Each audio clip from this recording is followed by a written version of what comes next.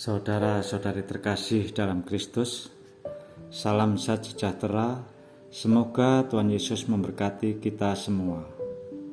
Hari ini Rabu 2 Februari 2022, berjumpa lagi dengan saya Yosef Lulup Purmono dari Paroki Santo Stefanus Surabaya untuk mendengarkan, merenungkan sabda Tuhan dari Injil Lukas bab 2 ayat 22 sampai dengan 40. Semoga Allah memberkati kita.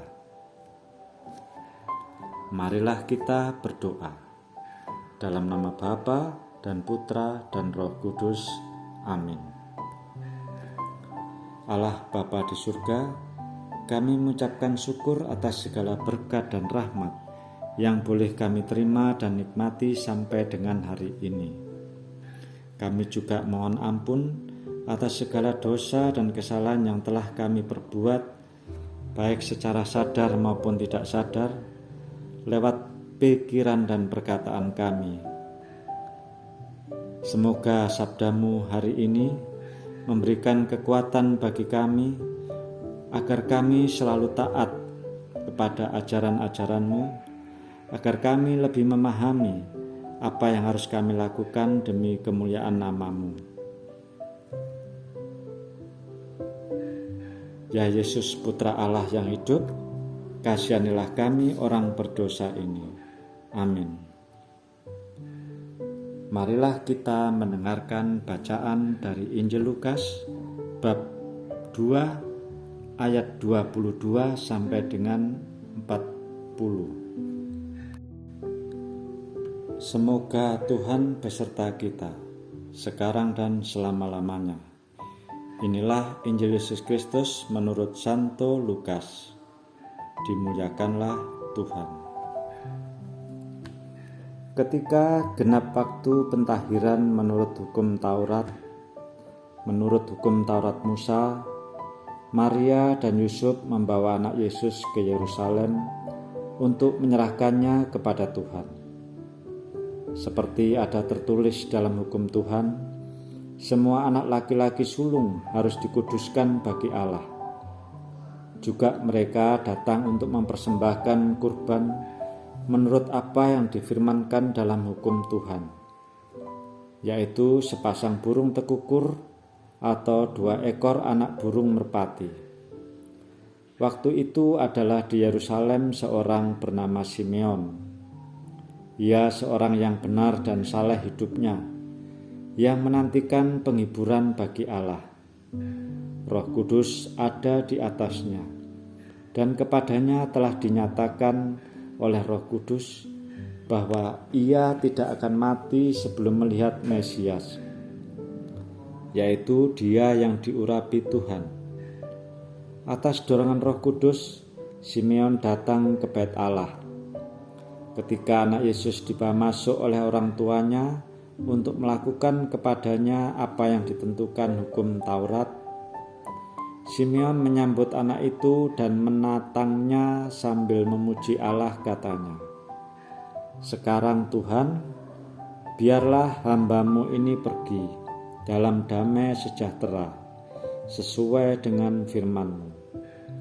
Sebab mataku telah melihat keselamatan yang daripada-Mu, yang telah Engkau sediakan di hadapan segala bangsa, yaitu terang yang menjadi pernyataan bagi bangsa-bangsa lain dan menjadi kemuliaan bagi umat-Mu Israel."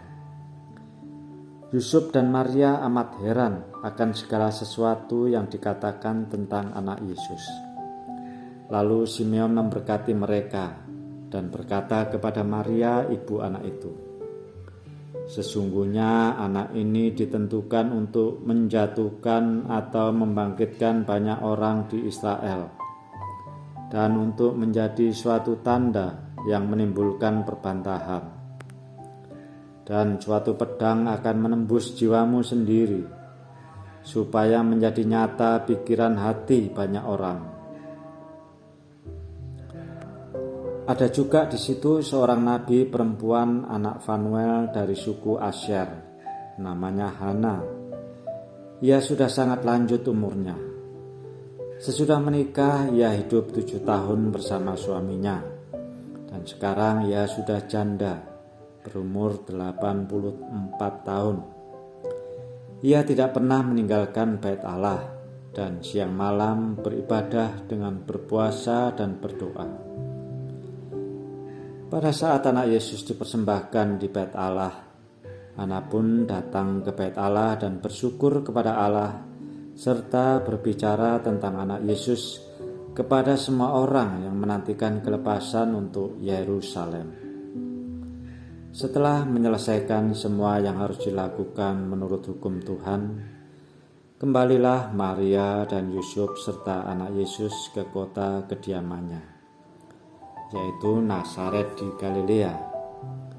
Anak itu bertambah besar dan menjadi kuat, penuh hikmat dan kasih karunia Allah ada padanya. Demikianlah sabda Tuhan. Terpujilah Kristus. Saudara-saudari terkasih, marilah kita masuk ruang hening untuk mendengarkan dan merenungkan sabda Tuhan yang barusan kita dengar. Saudara-saudari yang terkasih, menurut peraturan Taurat, Yesus harus dibawa ke Yerusalem untuk ditahirkan dan diserahkan kepada Tuhan dalam persembahan anak sulung. Semua peraturan itu selain baik dan berguna untuk kebaikan umat Israel sendiri, juga merupakan bagian dari pengakuan mereka sebagai umat perjanjian milik Allah sendiri. Sebagaimana keluarga Yahudi lainnya, Yusuf mempersembahkan Yesus sebagai persembahan sulung bagi Allah.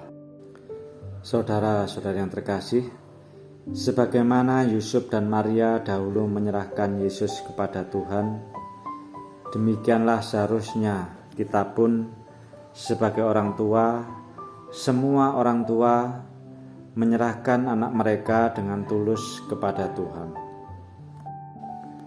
Kita sebagai orang tua harus berdoa senantiasa agar sejak awal sampai akhir kehidupan setiap anak, ia akan melakukan kehendak Tuhan, melayani dan memuliakan Allah dengan pengabdian sepenuhnya. Saudara-saudari yang terkasih, Maria memahami bahwa Yesus harus dibawa ke bait Allah bukan untuk ditebus seperti anak sulung lainnya, namun dipersembahkan kepada Allah sebagai kurban yang sejati. Maria dan Yusuf memenuhi hukum Taurat dengan mempersembahkan putra sulung kepada Tuhan. Mereka juga membawa persembahan kurban istimewa seperti sepasang burung tekukur atau 2 ekor anak burung merpati. Saudara-saudari terkasih, peristiwa Yesus dipersembahkan di bait Allah merupakan persembahan kurban anak domba yang dihadirkan dalam misa di setiap waktu.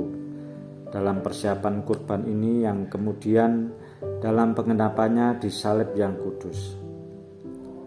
Maria mempersembahkan sepasang burung tekukur dan 2 ekor anak merpati sebagai persembahan orang miskin, alih-alih mempersembahkan anak domba seperti yang ditentukan hukum Musa. Meskipun demikian, dengan menggarisbawahi perkataan Simeon, Maria memahami bahwa Yesus adalah anak domba Allah sejati yang akan menebus umat manusia dari dosanya. Saudara-saudari yang terkasih, semoga renungan dan bacaan pada hari ini membawa kita semakin yakin bahwa Yesus benar-benar putra Allah, bahwa Yesuslah yang kita tunggu untuk memberikan jalan keselamatan, menuntun hidup kita menuju kepada Bapa. Marilah kita berdoa. Allah Bapa yang Maha Kuasa dan Kekal, hari ini putra tunggal-Mu yang telah menjadi manusia seperti kami dipersembahkan kepadamu di Kenisah di hadapan hadirat-Mu yang agung. Kami mohon dengan rendah hati, sucikanlah hati dan budi kami, agar kami pun menjadi persembahan yang pantas bagi-Mu.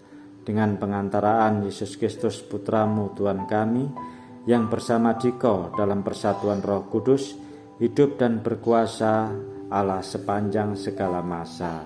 Amin.